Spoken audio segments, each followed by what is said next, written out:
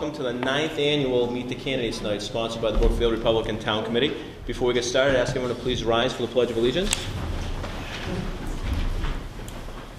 I pledge allegiance to the flag of the United States of America and to the republic for which it stands, one nation, under God, indivisible, with liberty and justice for all. Thank you, everybody. My name is Stephen Cumtoll. I'll be moderating the event. I am the chairman of the Brookfield Republican Town Committee. We're extremely proud of this event, 9th year annual. Two individuals and the only contested race in the town of Brookfield, and that's for the Brookfield Elementary School Committee. We have tried in the past to bring all the candidates on the ballot. It wasn't that successful. We tried it once, but there are two individuals in the crowd this evening that took the time to come out. So we, not only for this crowd here, but for people that are at home listening, we'd like them to come up, introduce themselves, and answer any questions before we get started with this format. So I'd ask Ms. Sweet if you'd like to come on up, introduce yourself. Sure. Thank you, ma'am.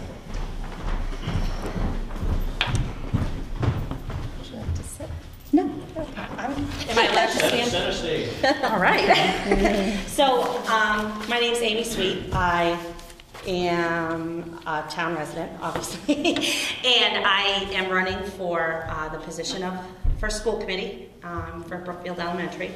And if anybody has any questions or anything, I've been in town for 14 years, just about, and I have 3 kids. One is in the junior high getting ready for high school, and my other 2 are in Brookfield right now. So that's about it. Anybody? Well, there we go. That's Mr. Cook first. Amy. Yes. You work as a teacher in Holland. I do, yes. And as such, you report to the superintendent. Now, as a member of the Brookfield School Committee, you're going to be a boss of the superintendent. Correct. Don't you find that to be a conflict of interest? And how are you going to handle the important aspect of the committee's role, which is accountability as superintendent? Right, that's one part of the a school committee member's role is to have that accountability piece for the superintendent. Where she is my boss, if there is anything that is questionable as to whether, my position comes into play, I will abstain from voting. And I feel that's a fine thing to do. The only thing that I can foresee being the issue is the whole evaluatory piece with the superintendent, and I can simply not take part in that piece of it, and that's acceptable. I've spoken with the, I have to think of the name. Yes, thank you. I've spoken with the Ethics Commission, and the 5 towns in Tantascwa are a very unique situation. I don't know that there is another situation like it in the state, and I explained in detail the whole issue with him, and he assured me that, if there might be some weird things here or there, if this happens with this and this and this, all these different layers, there could be a conflict of interest, but for the most part, it's not, because we are 2 separate bodies. Okay, since you raised the issue of evaluating the superintendent, and that's become a prominent part of the school committee member's job of late, especially in the past couple of years because of changes in state law. Right. Wouldn't you be concerned about repercussions? I mean, again, one of the key points of the Brookfield School Committee members is to evaluate the superintendent's performance. Right. And you have no concern about whether, there might be any personal repercussions? Not at all. No, because if there's anything, like I said, if there's anything questionable, I will abstain from it. And then I have nothing to worry about. So. Any other questions? Yes, ma'am. Amy, personally, I love the idea that you're a teacher and a parent, because that gives that perspective that we sorely need.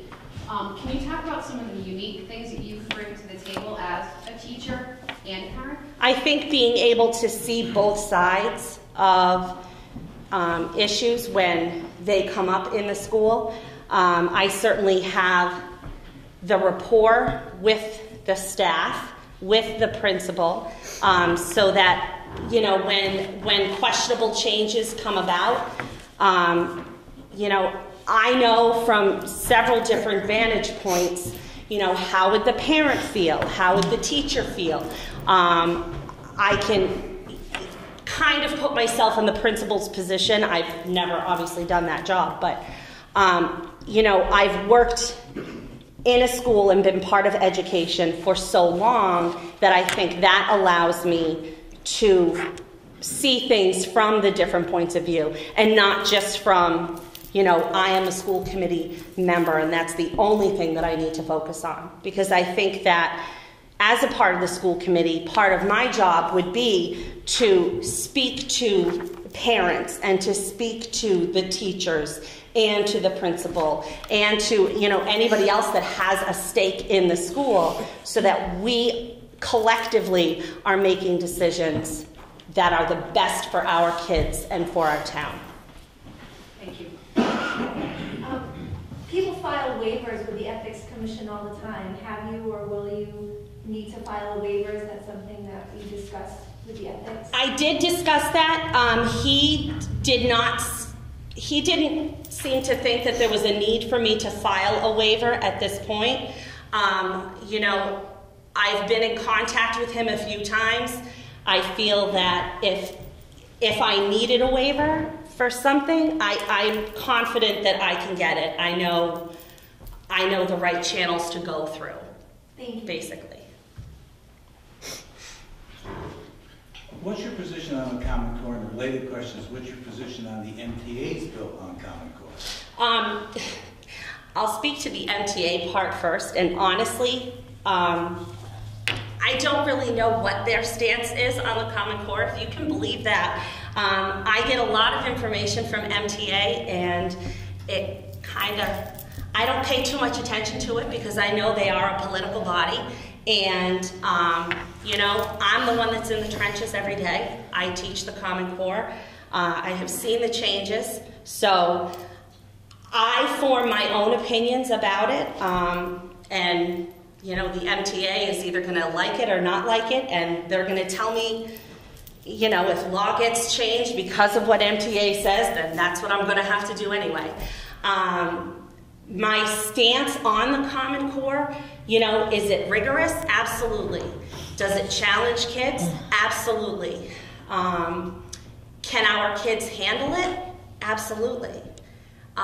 It's incredible what you can do with children when you have the right people trying to give them the information.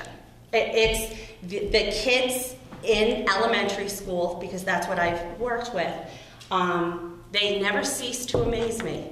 And when I first saw Common Core, I absolutely was horrified as a teacher, and I thought, oh my, there's no way, they can't. Well, they can. They, you know, the students that I work with have proven that to me. It is rigorous, but we live in rigorous times. Can I follow up? Quick question. The incoming president, Barbara Maddaloni of the MTA, ran on a platform to oppose Common Core.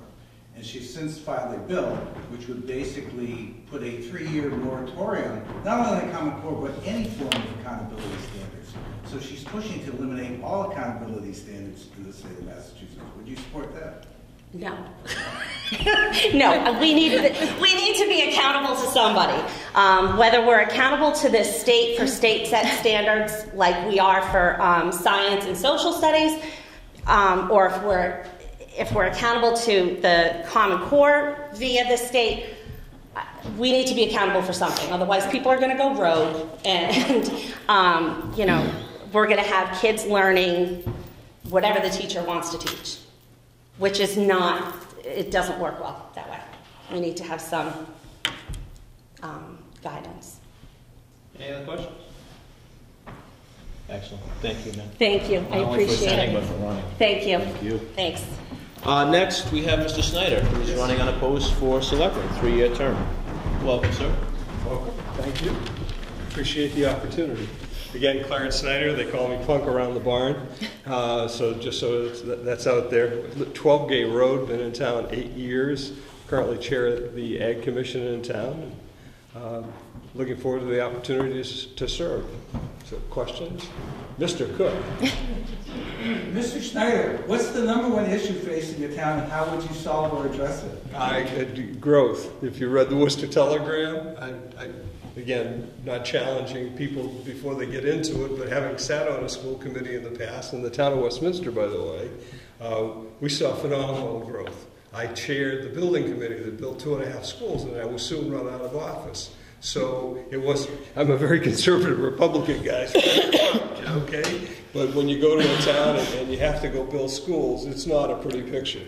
And so I would say, seeing as how we're going to grow by 4 or 5 kids per year, so I'll challenge these guys to address it when they have their remarks.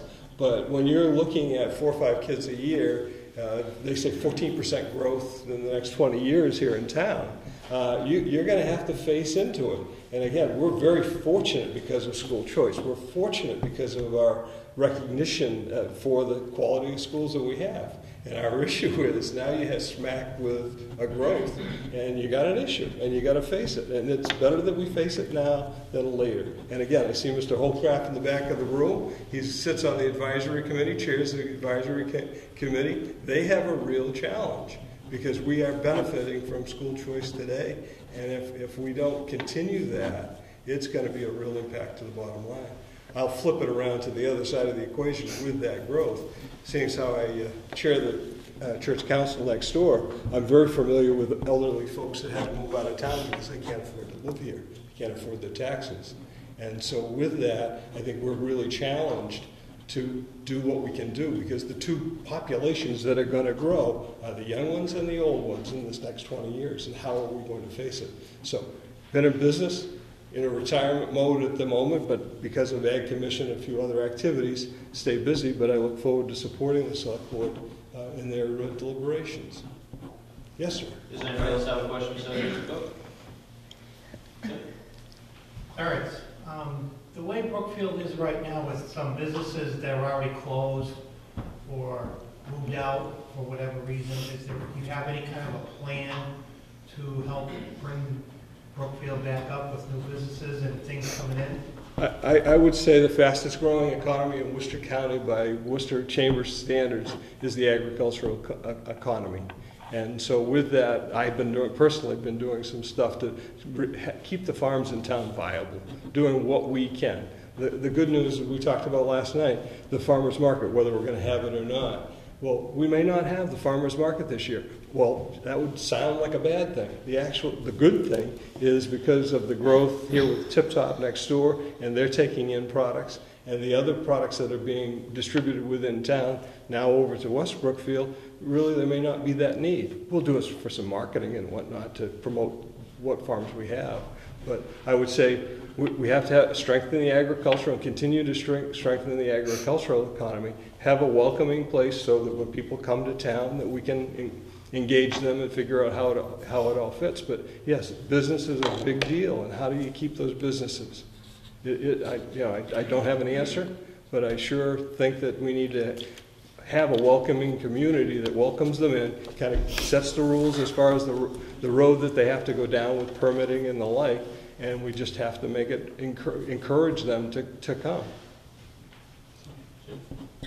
I have a follow-up question. Since you mentioned school choice, Yep. I was the guy who fought the superintendent to bring school choice to Brookfield. Congratulations. It was never my intention to have it used to defray the town's budget. So my question to you is, should school choice money belong to the school, or should it be taken by the town to defray other expenses? I would say first and foremost it belongs to the schools. Absolutely. Now, is there some benefit because we can share and cooperate? We ought to share and cooperate. I mean, the school budget is 3/4 or 2/3 of a town's budget. And so with that, you have to understand the give and take, and there needs to be give and take. We just cannot. I mean, maybe the other piece to this is we can't stand in cement on one side of a position or another. It's how do we come together? I think one of the things that I'm very familiar with is bless you. is the ability to come together. We agree on more things than we disagree on. And so what are those things that we can agree on and then move forward? Because we do have significant challenges that we face. Any other questions? Thanks for the opportunity. Thank you, sir. Thank you, Ron. And on to the main event. This is a good format. I actually like this one, the two people.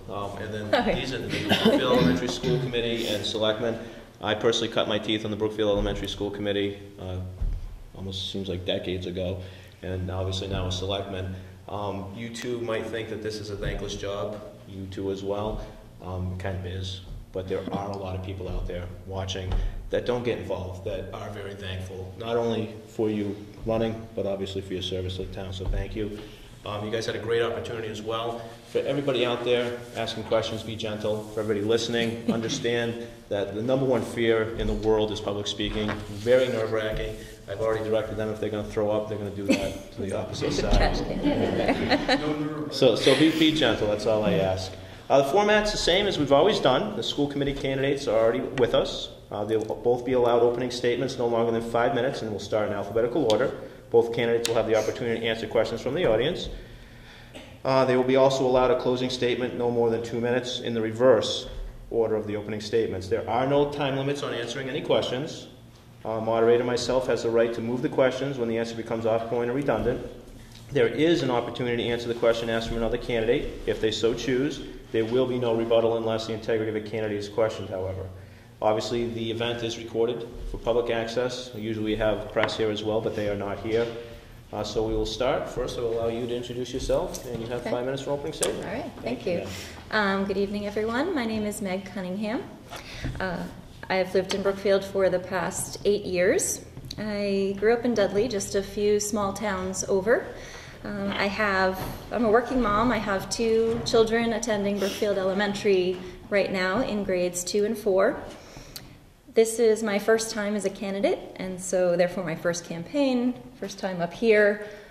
I'll tell you, it is not comfortable sitting here, but I also believe that leaving your comfort zone is really a key piece to growing and developing as a person, so I think that's important to do. I'm here today because I was asked to be. I was approached by several members of the community and asked if I would consider running for school committee. I think my initial response was, would you? and then I thought about it and said, yeah, I actually would. One person actually went so far as to plead save our school, and so how could I say no? I'm here today because I want our school to feel supported by our school committee. It's as simple as that. I have no political agenda. My campaign message is a positive one. As far as I'm concerned, I'm not running against someone, I'm running for something. And I just want to thank Steve and the Brookfield Republican Town Committee for inviting me to participate. So, And again, thank you for running. thank you. Thank you. Okay. Good evening. I also thank the Republican Town Committee for sponsoring this event. I've never participated in anything like this before, so this is new for me too. For those that don't know me, my name is Marie Pecor, and I'm asking you to return me to the Brookfield School Committee. While I may not have any children in the school at this time, all 5 of my children have attended Brookfield Elementary and the Tantascwa District. All have graduated, 2 attended college, 2 entered the trades like my husband, who I've been married to for 32 years. And we have a daughter presently serving in the United States Navy in the military police. My husband and I are proud that all of our children have found their place in the world today. We also have 7 grandchildren, and our family is very much like all the parents in this town. Both parents worked. Our kids participated in baseball, softball, basketball, and soccer, and I even coached soccer for a little bit. Girl Scouts and Boy Scouts were always fun, with the Pinewood Derby being the highlight. And I supported my community over the years by teaching religious education at St. Mary's, serving on the school committee around the year 2000, and like many of you, I baked pies for Apple Country Fair. Presently, I also serve on the Town Advisory Committee as a secretary and a member. But watching our children and other kids maneuvering our present educational system is what stirred my concern. The Massachusetts Association of School Committees' stated goal for members is student achievement. Education has gone from being centered on a child's achievement and natural talents to being taught to pass a multitude of tests. Tying the hands of teachers that see and know our kids better than anyone besides our parents to a standard that has been whipped up by people that don't know our kids or what our state needs is a dire mistake. It shouldn't be some faraway entity in Washington, D.C. that makes these decisions. So which is best for your family? A local team that has your best interests at heart, or corporate education marketers who are only interested in profit and they know nothing about your children or your town? To make a good choice, you must know and understand the important difference you must understand the important difference between our previous testing system and the new one. Something that I and most people were not privy to until the last few years, and I'll bet you many of you don't have the full picture either. The new system of standards wasn't promoted publicly and was not adequately tested for results. Many educators have examined the recently adopted system as it was being developed and found it to be lacking and developmentally inappropriate in many ways. Prior to 2010, Massachusetts had the best standards in the country and has ranked among the highest on standardized tests not only in the nation, but in the world. There's been talk that MCAS is inadequate. So where are the shortcomings? The teachers know, so let's get their input as we did before and keep making progress for our kids. What and who should determine your future? You, as parents, along with your teachers and administrators here in Massachusetts, in a partnership, as it should be. The teachers are being overburdened with piles of bureaucratic paperwork from the state and federal government, such as teacher evaluations, student evaluations, superintendent evaluations, nutritional regulations, bullying regulations, and endless things that I don't even know how they keep up. And I'd like to work to reduce those things and give the time back to the teachers and the administration to do what they do best, which is teaching the kids. So I'm asking that you return me to the Brookfield School Committee in an effort to keep our educational concerns from being addressed by people that know nothing about us. I'm here to listen, and I believe local control is best, and I await your response. Thank you so much. Thank you, Meg. Now the fun part. Anybody have questions for any of our candidates? Mr. Cook's gone first. Go right here. And who do we have a question for? Yeah, Kelly Andy. Yeah, but for what candidate? Do you have a specific question, or just we I want can both start to with- answer? I can start with Meg, sure. Okay. The parents have felt extremely unheard and frustrated in the past 6 months. We've been asked no input on all of these things that affect our children. Can you talk about how you, especially as a parent, would implement the input that's been discussed and talked about tonight that has been not solicited in the past 6 months? Can you talk about how you would implement parental input into these major things that affect our kids? I think I agree that it appears to have been unsolicited. There's definitely plenty of input and advice out there. I've heard lots of parents, teachers, administrators sharing their opinion, and it seems to have been falling on deaf ears. So I'm more than willing to, hear everyone out and take everyone's opinion under consideration before making those critical decisions. I think getting buy-in from all the key players is really, really important, and I can't stress that enough. And that's one of the main reasons why I'm here, is because the general consensus was that wasn't happening, and parents and teachers needed a voice. Thank you. Ms. Pico?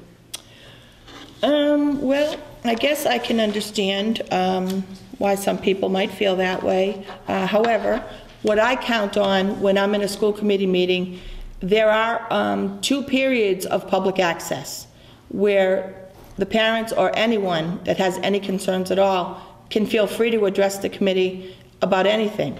And I would be more than willing to answer or to try to answer any questions or concerns that they may have, but none have arisen.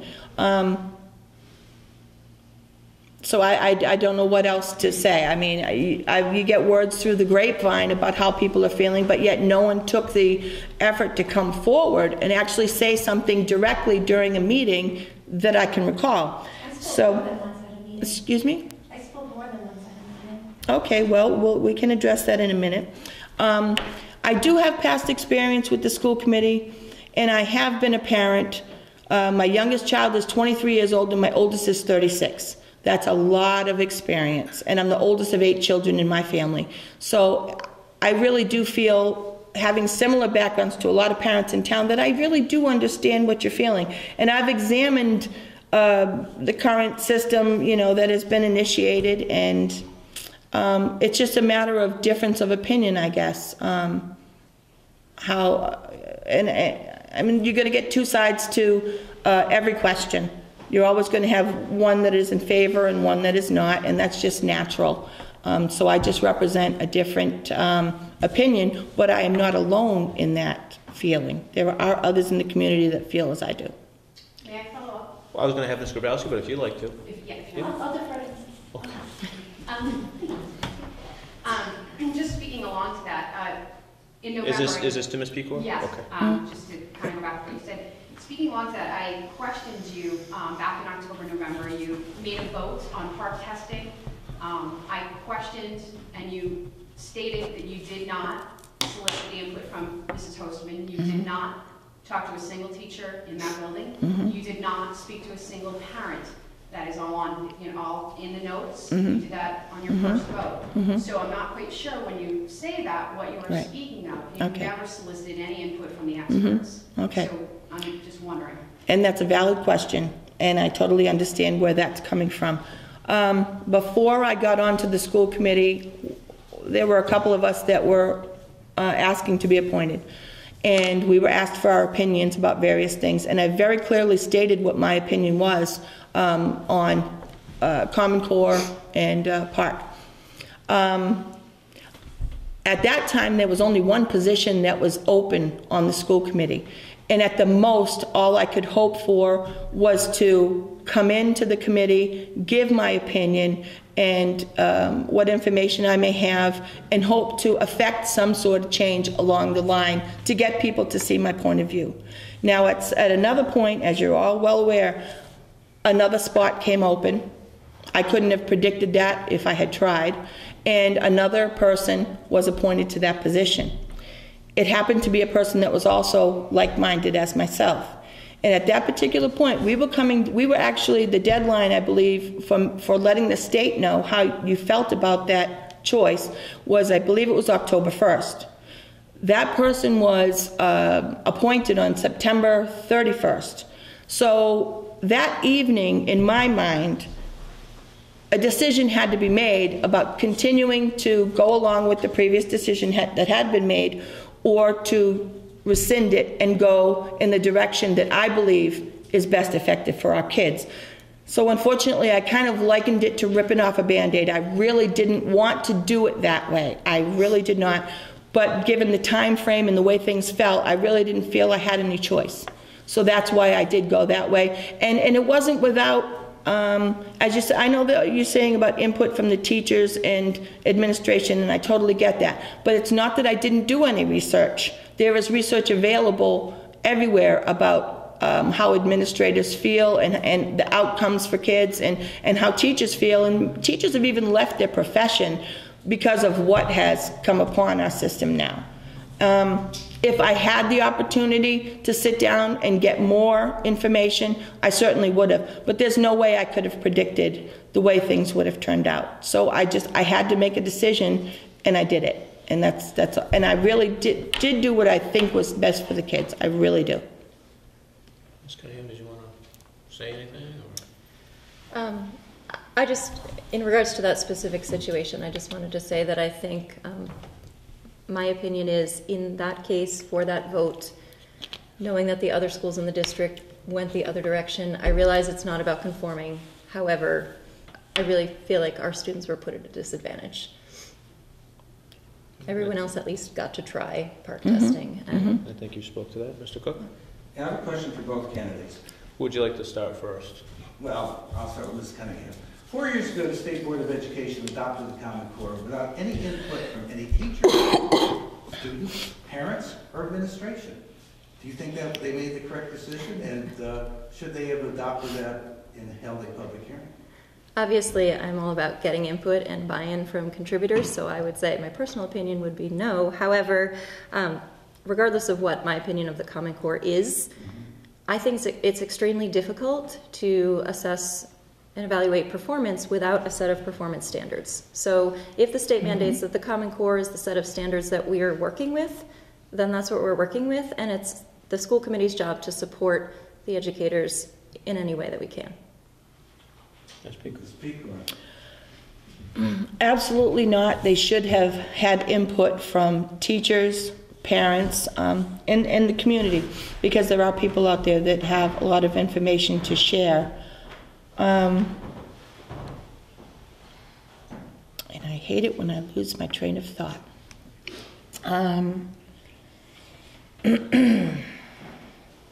Research, the educators that did evaluate the Common Core system found it to be lacking on many different levels.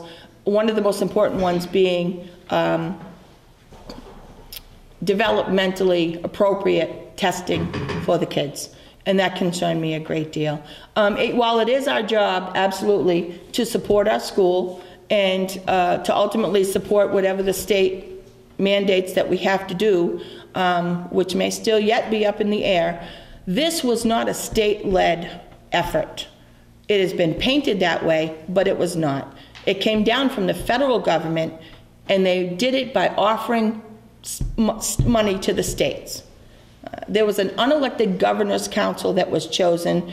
The people that put together the curriculum may have degrees in some particular area, but none of them have any formal education, well, not education, experience with actual students. And there was no testing done about the test to see what the outcomes could possibly be or how the kids would take it, unlike MCAS, which did take input, which I was very happy with, from actual teachers. After the testing periods, teachers could give their input as to where the weaknesses were and where it could be made better.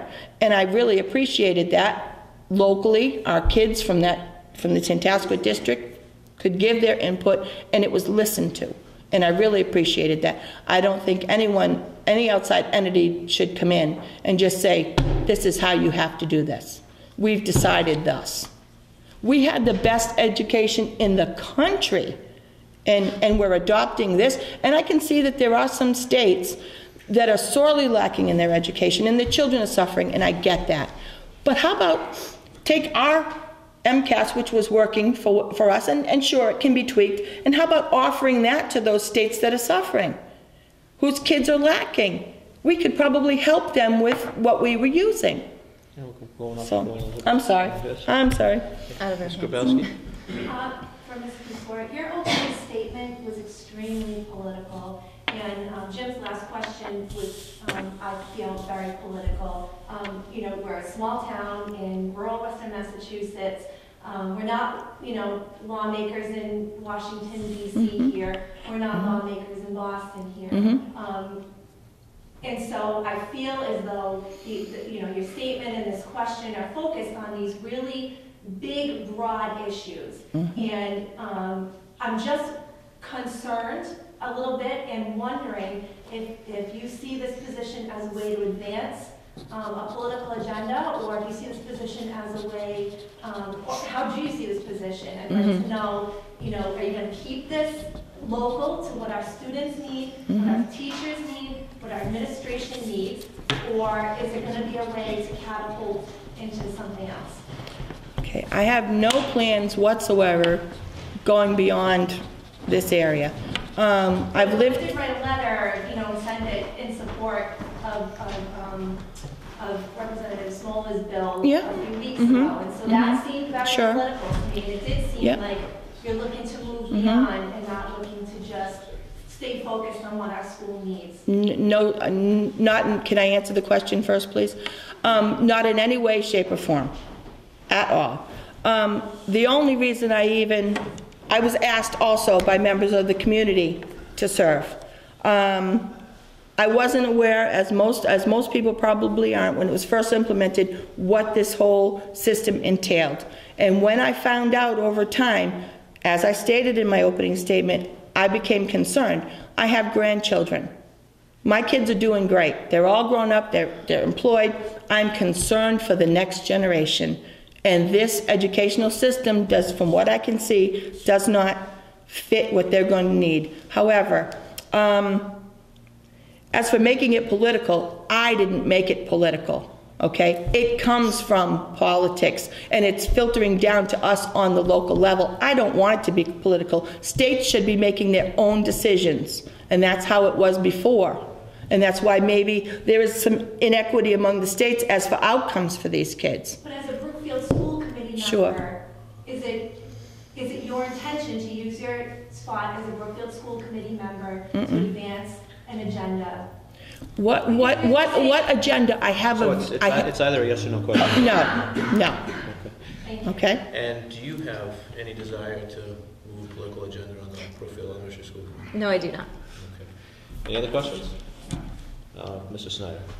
I spoke with growth a few moments ago. We're talking about 14% growth in this town over the next 20 years. And if those 4 or 5 kids that show up in a given year, how are we prepared? Or what are your thoughts on being prepared to accept those new students? Sure. Well, we have a limit as to how many school choice students we will accept because we don't want to go over a certain number of students per classroom. Presently, we have, I'm guessing, I'm referring back to a past meeting when I inquired about how much was in the school choice account. I want to say $200,000, okay? And when I inquired as to why we have such a large nest egg there, I was told that it would be for things like if we needed a new roof, if we needed a boiler or whatever, that the town wouldn't have to be burdened with those costs, that money could be used for that. And yet, what many people feel it should be used for, and rightly so, is for the kids and to enrich their learning experience. And recently I just received an email from the Massachusetts Association of School Committees that mentioned a program from the state that actually helps them pay for roofs and boilers and windows. Now, I inquired as to whether or not this is a new program. I don't know. So I was waiting for an answer on that. So apparently that's out there. So I got a little confused as to why we're talking about using school choice money for that when we have a program that can help us with those capital needs. Now, you're wondering how to address incoming kids. Well, naturally, we would fill the, yes. Brookfield. Yes, that's what I meant, incoming population.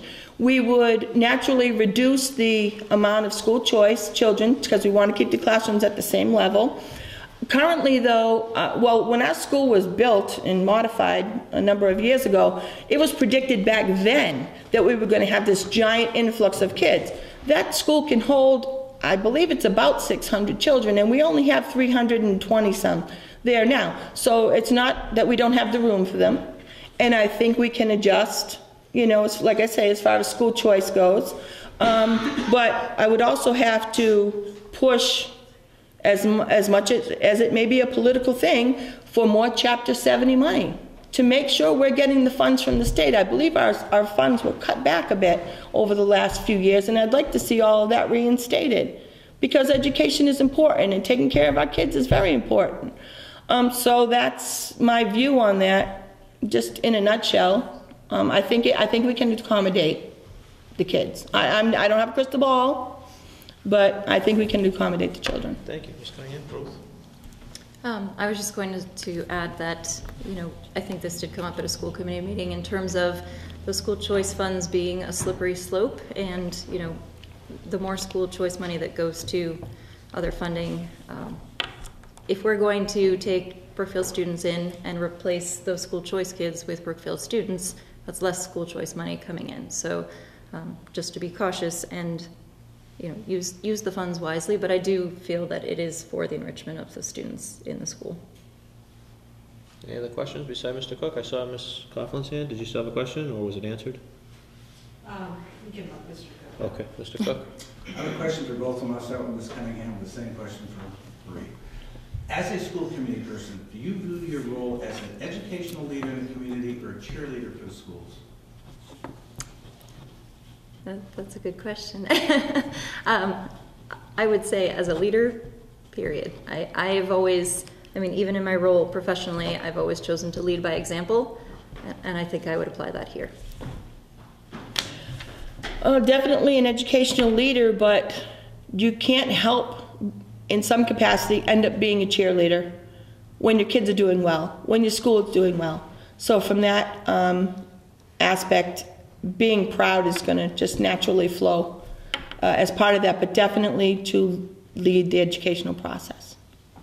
Thank you. Ms. Cobb?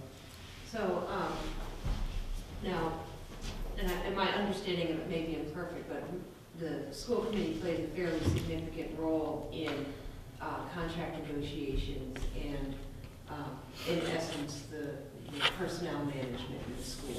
What experience, and it's for both candidates. We're going to start with Ms. Pico this time, so Ms. Ms. Cunningham will have a opportunity to think a little bit. Okay, so what experience do you have in personnel management, negotiation, and high-level interpersonal interactions that you think will benefit the community, the school system itself, and the children as we're moving forward and negotiating the contract with the employees? Okay.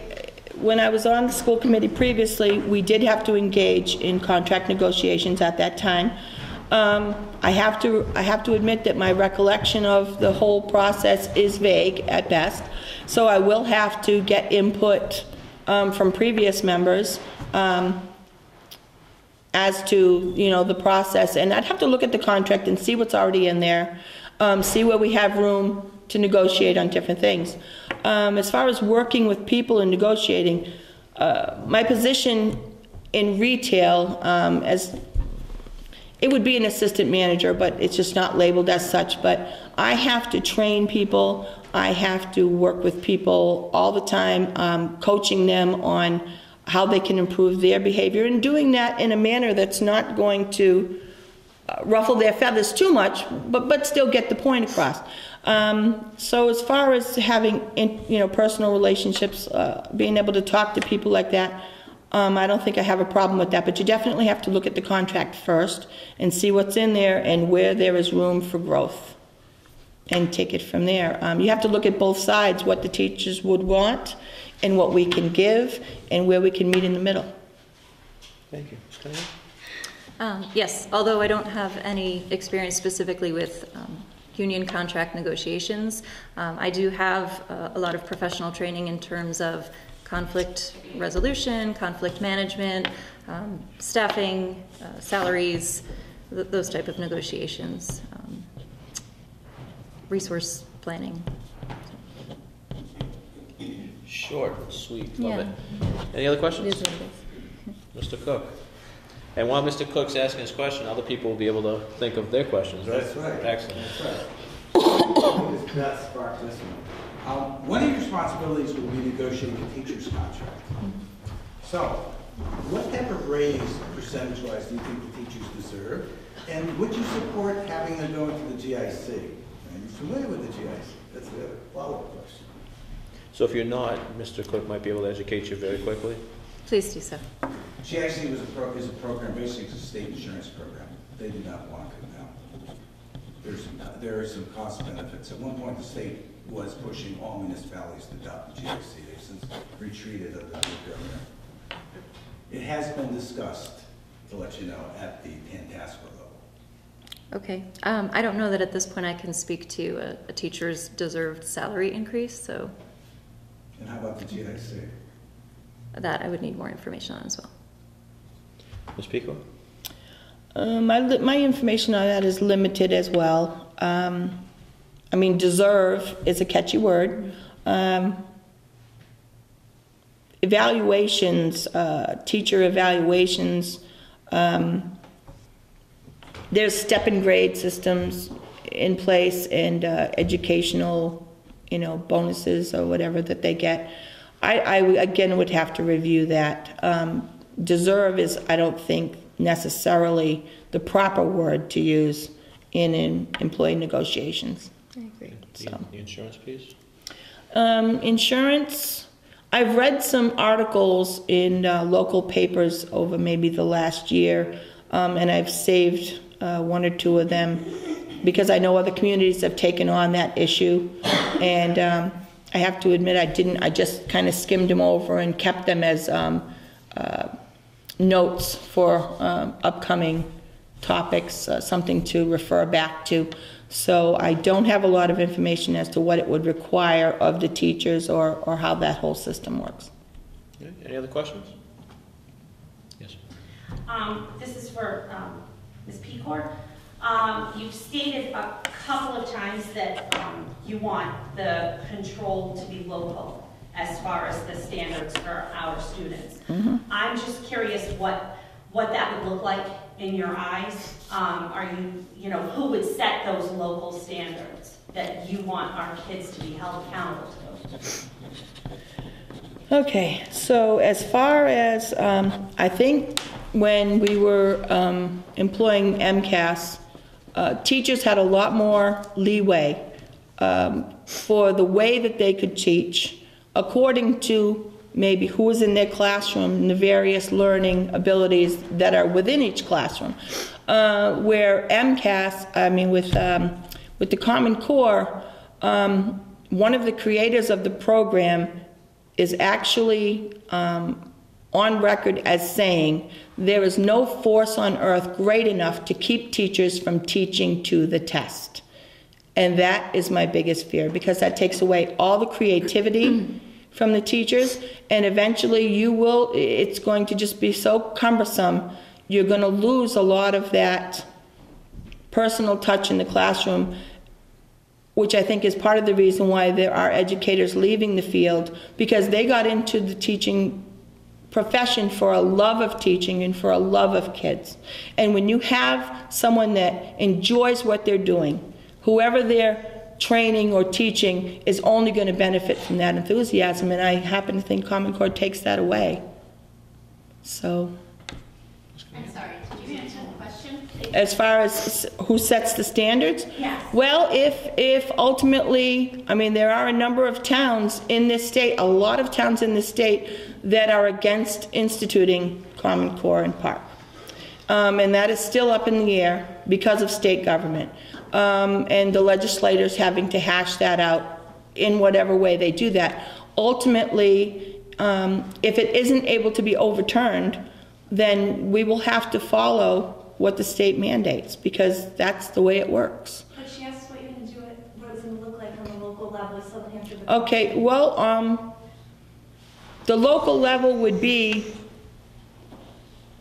if they did the park, then you're going to have to go along with that, and you're going to have to buy whatever materials, just like MCAS, that are related to that. But I just think that with MCAS, the teachers will have more choice. So locally, that way, the teachers will have, that's what I mean by a local connection. The teachers will have more choice in how to get the kids the information that they need, where I think they're going to be very limited with the system that we have in place now. And the parents will be able to tell the teachers what is working for their child.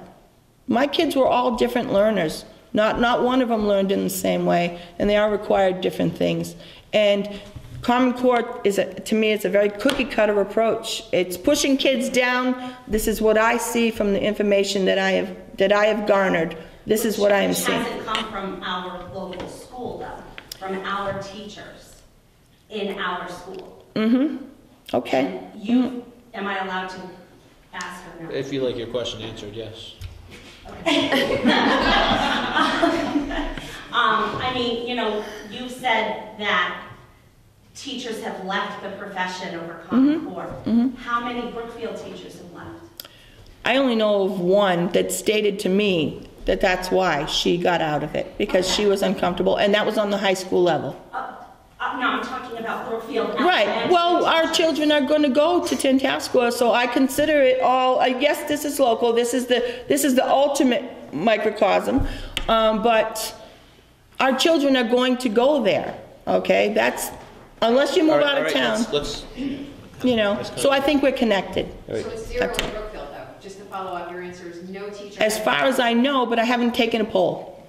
So Ms. Cunningham, I don't have that information. Common Core and local level and your ability. I would just like to say that regardless, I have a lot of friends who are teachers, not only in this district, but in lots of districts, and they're still going to teach with their heart, the way they have always taught, regardless of the material they're asked to present. Absolutely. You know, I have teacher friends outside of the district who say, I've asked them, do you do everyday math? And they say, if you ask me if I do everyday math, I say, yes, I do everyday math. And I supplement with all of these things because it's a whole inclusive piece. So they don't lose that. If their passion is there, that's going to stay. I would just like to see the focus return to Brookfield Elementary. I realize there are a lot of issues going on in other towns, other districts, you know, other states, but really what my concern is our school here in this town. Any other questions?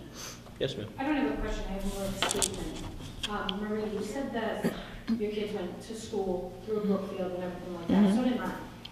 I have a 20-year-old and an 18-year-old. And I will tell you, when they do go to the high school, it is a whole new ballgame. The teachers are different. Even their superiors are different. I can talk for some exceptional teachers at that school. Administrative, not so much. But Brookfield Elementary, I have a 3-year-old coming in, and I'm worried for her at Brookfield Elementary. So would you like to turn it into a question for your 3-year-old? I want to know what is going to be available for her when it's time for her to go to school. Ms. Pico? What does she have to look forward to? The Common Core standards. And which if you would allow me to elaborate, please, what I have gotten from some input from parents, from a few parents of younger children, not a great many, but a couple of people with young children, they're finding that the curriculum that their kids are dealing with and the methodology that's being used, they're having a hard time relating to it. I was used to having my kids bring home the books, would sit down and do the homework. I can look at what they're doing, and I can know that I can help them. And I've heard, as I said, I've gotten some input from a few people that feel disconnected because they don't understand how their child is being taught. So that's my concern as well, because parents are the first teachers. And if the parents can't help their children, and not that applies to everyone, but all of them are part of the community, whether you're able to deal with it or you're not. Every single parent is part of this community, and we owe it to them to be able to participate in their child's education. So, And the parents should also be heard too. I agree. I mean, there is a system within, you know, the school system that you have to go through, procedures that you have to follow within the administration to get things done. So, Ms. Cunningham, what are you going to do for her 3-year-old? I would just like to say that I see it in my professional life and I see it in schools. If the educators in the school don't feel supported, they will leave. And I think we have an amazing group of teachers in that school right now. And I believe it because they're still there. After my son was Exactly. left, they're still there. So that tells me something about Brookfield Elementary. Your son was tough, was he? he? Your son was tough, was he? Oh, yeah. I think it's very important to retain the talent that we have. And, you know, if circumstances come about where a teacher leaves for the right reasons, retirement, that we fill that position with an equal level talent. Someone who's going to bring something new, something fresh, but truly the same level, because I think it's exceptional. Any other questions? Mr. Cook.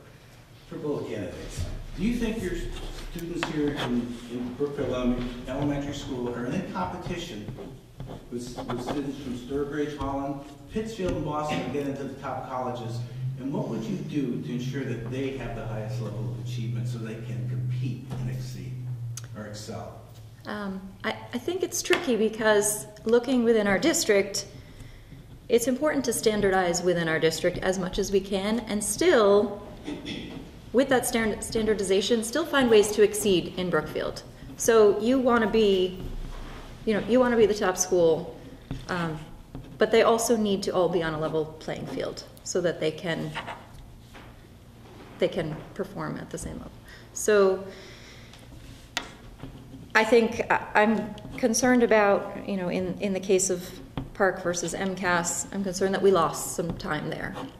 If we do move forward with Park and everyone else has already had a year of practice, again, that puts us at a disadvantage. So there's some standardization that has to happen. However, I think we can do our best to shine, and I think we do a good job at that. Ms. Pico?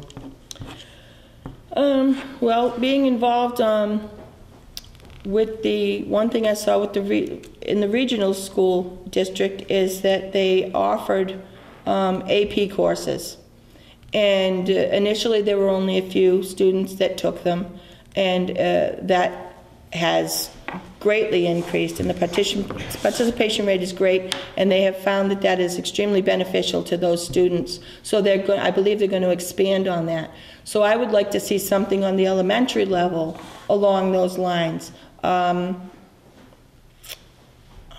Supplemental offerings in various areas, in the after-school program even. I mean, right now it's after school, there's the homework club, and there are a few other things going on. But I would like to see things that are specifically tied to the various curriculum, whether it were a math club, history, science. I love engineering. I love robotics and that sort of thing. I would love to see things like that come to the school. And to try to compete with those big cities, they have more money than we do. There's no doubt about that.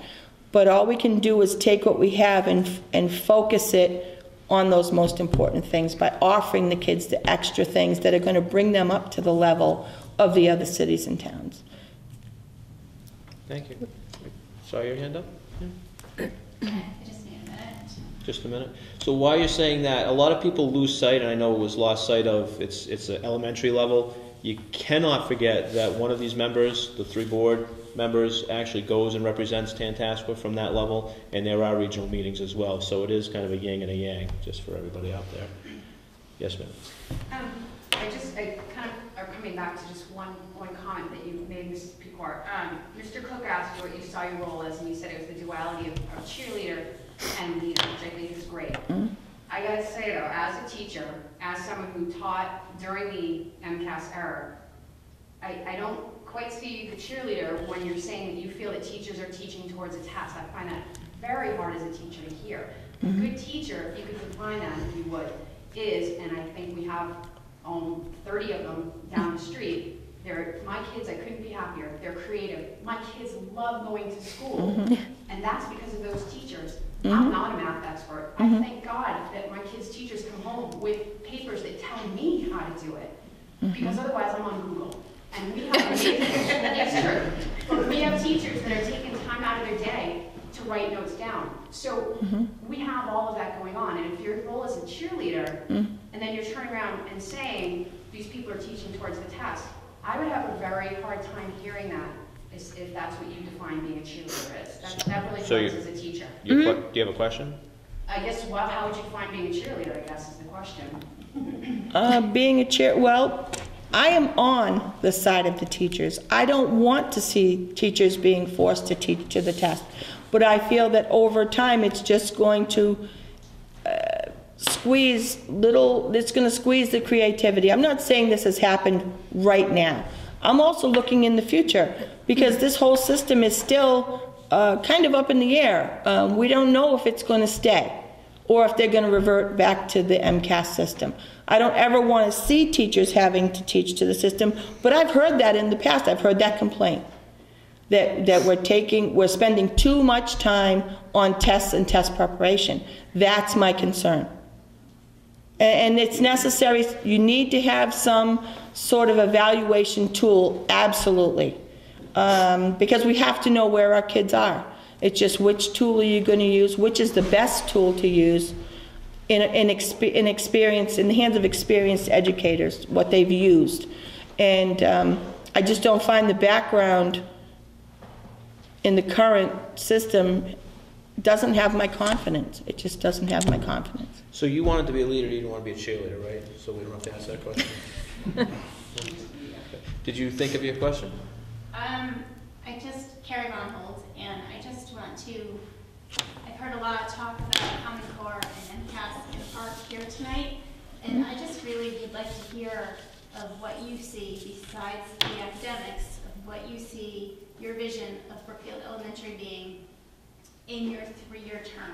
Besides Common Core, besides MCAS, thank you, ma'am. Thank God. And you know what's funny is I stood here a decade ago, and MCAS. The more things change, the more things stay the same. It's just a different name on a different subject, and it's like, oh my God, it's the same exact conversations.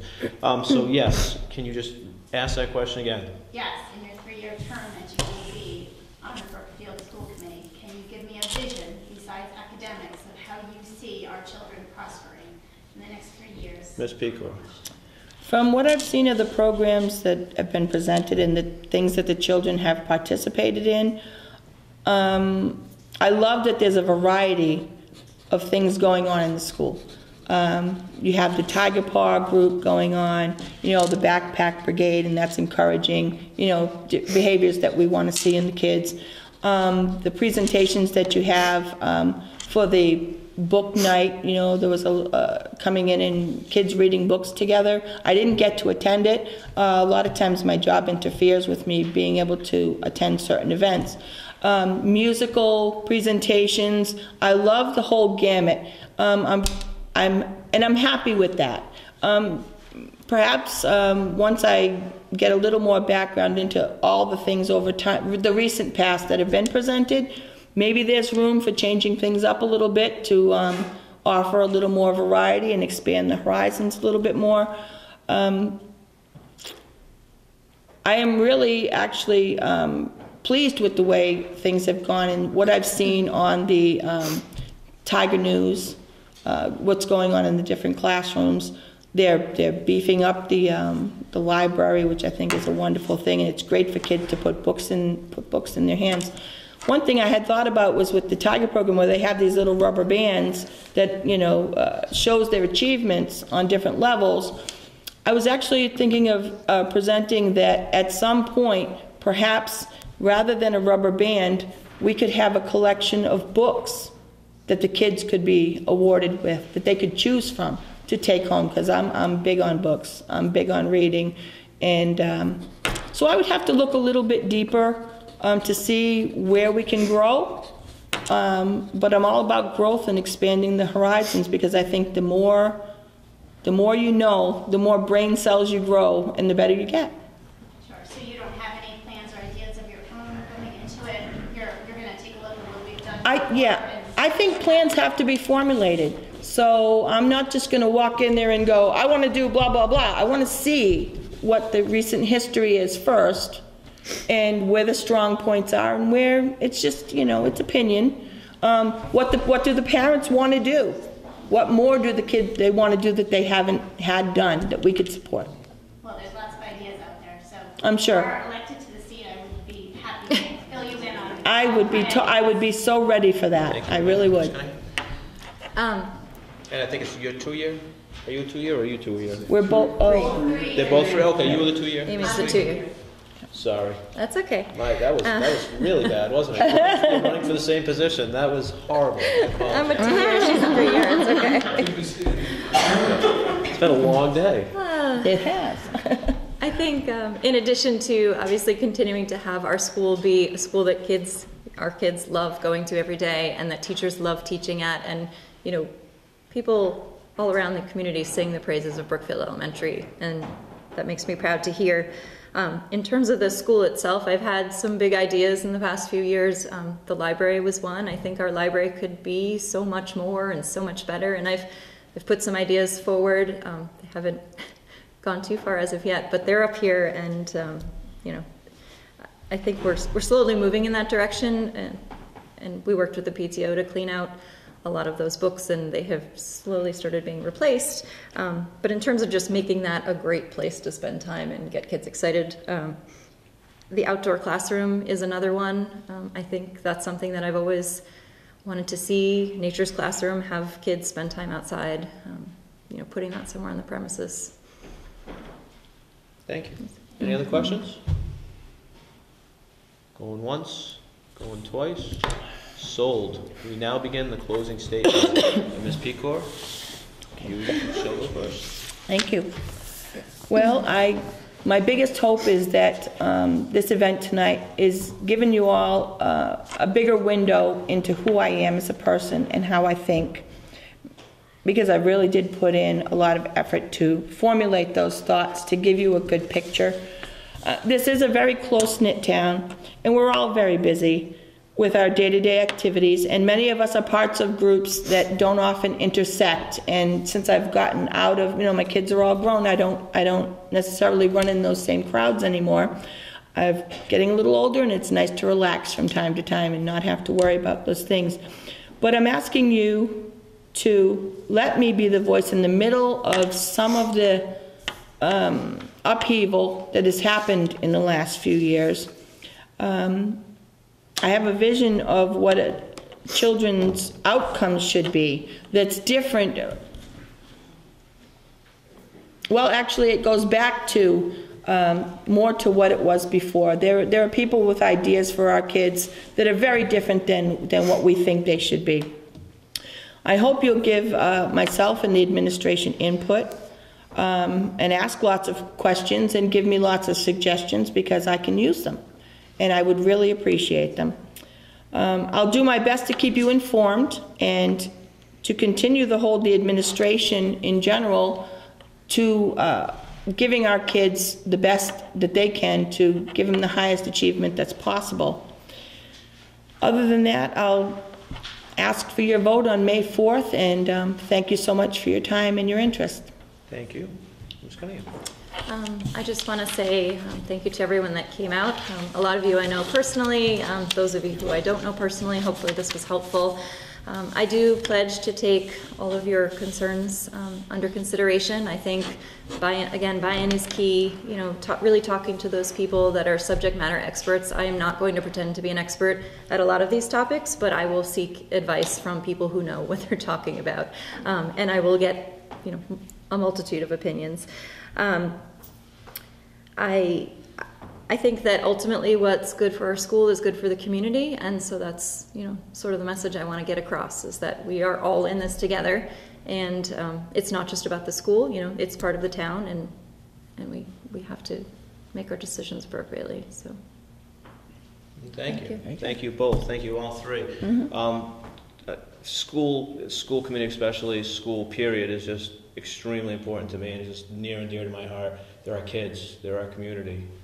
I don't take that lightly. I don't take the three of you that are running for this position lightly either. You have your hands full. I thank all of you, and for the other members, I know we have one in the room. Thank you. Well, three more in the room. It's an extraordinary position. I appreciate it. And I appreciate you running for it and your time this evening to educate the people in this room and the people out there watching. Election Day is May 4th. It's a Monday. It's going to be held right in this room from 7 a.m. to 7 p.m. Please come out and vote. Every single vote counts. I can speak from experience. I lost this seat, and I'll say it again, very near and dear to my heart. I'm envious of you guys running. I love the elementary school. I love serving on the school committee. The people that win this are going to enjoy themselves for the next 3 years, next 2 years. It's beautiful. I lost that seat by 40 votes, and I won, being a selectman, by 3 votes. 3 votes. Every single vote counts. If you think it doesn't, standing right before you, witness it does. 100%. I know you're busy. I know Ms. Pecor talked about people having busy lives. We all do. Come out and vote. 7 a.m. to 7 p.m. If you know you can't make it, the town clerk right in that room, right in there, has absentee ballots available as of, I believe, last week. Put in an absentee ballot. Your vote counts. And he's very nice about handing them out. And thank you very much for everybody attending again. Thank you for running. And thank you for listening.